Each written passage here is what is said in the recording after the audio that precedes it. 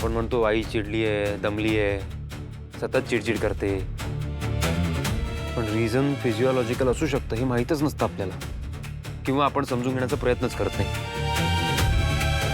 आपण डायरेक्ट वयाचं लेबल चिटकवतो.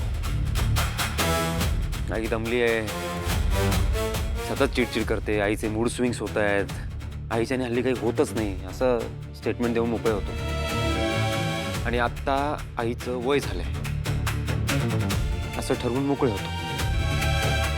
पण खरं कारण वयामुळे तिच्या शरीरात होणारे चेंजेस, हॉर्मोनल चेंजेस हे असू शकतं. या गोष्टीकडे लक्षच देत नाही आपण.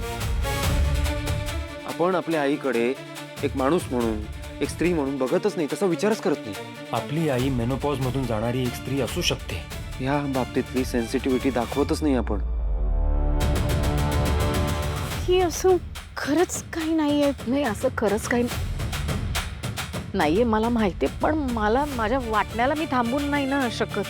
आणि रोटी बेटी व्यवहार, मी तुला देवळात म्हटलं होतं ना, शेवटी समान माणसांमध्ये होतो बरोबरीच्या. मग आपण एका पातळीवर येण्यासाठी तर काय करावं लागेल ना. आत्ता आपल्यामध्ये अंतर पडलंय हे मात्र खरं. ए बाई, म्हणजे पैशाचं वगैरे अंतर नाही, तसं नाही, विचारांचं अंतर पडलं ना. तू लगेच विचार करशील एक, तसं मी, तुमची मनं अशी खूप मोठी वगैरे आहेत, अशी भारी आहात तुम्ही. आणि मी अशी कोत्या विचारांची, चिडकी,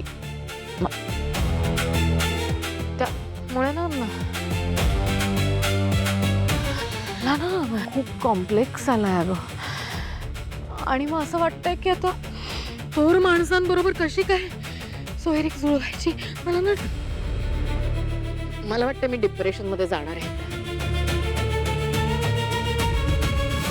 आता हेच बघ ना, हे एवढं सगळं घडलं, तिला खूप त्रास झाला, तिला खूप दुःख झालं, तिला वाईट वाटलं. साहजिकच आहे. तिचं अख्खं आयुष्य आपल्या भोवती फिरतं,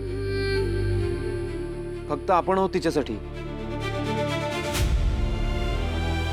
आणि आपण तिलाच समजून घेतलं नाही. एरवी घेत नव्हतो, आताही नाही घेतलं. उलट आपण तिला विश्वासात न घेता तिच्यापासून महत्वाच्या गोष्टी लपवल्या, तिला फसवलं. चूक आपण केली आणि आपण अपेक्षा करतोय की ती आपल्याला समजून घेईल. आई आहे ना ती, म्हणून आपल्याला असं वाटतं की तिने सगळ्या चुका पोटात घेतल्या पाहिजे. आई कशी चिडू शकते, आई कशी नकार देईल, आई कशी नाराज होईल. ती आई आहे ना, तिनं फक्त आपल्यावर प्रेम आणि प्रेमच केलं पाहिजे. आणि आपण काय थोडीफार चौकशी करायची वरवर आणि आपल्या मनाला येईल तसं वागणार.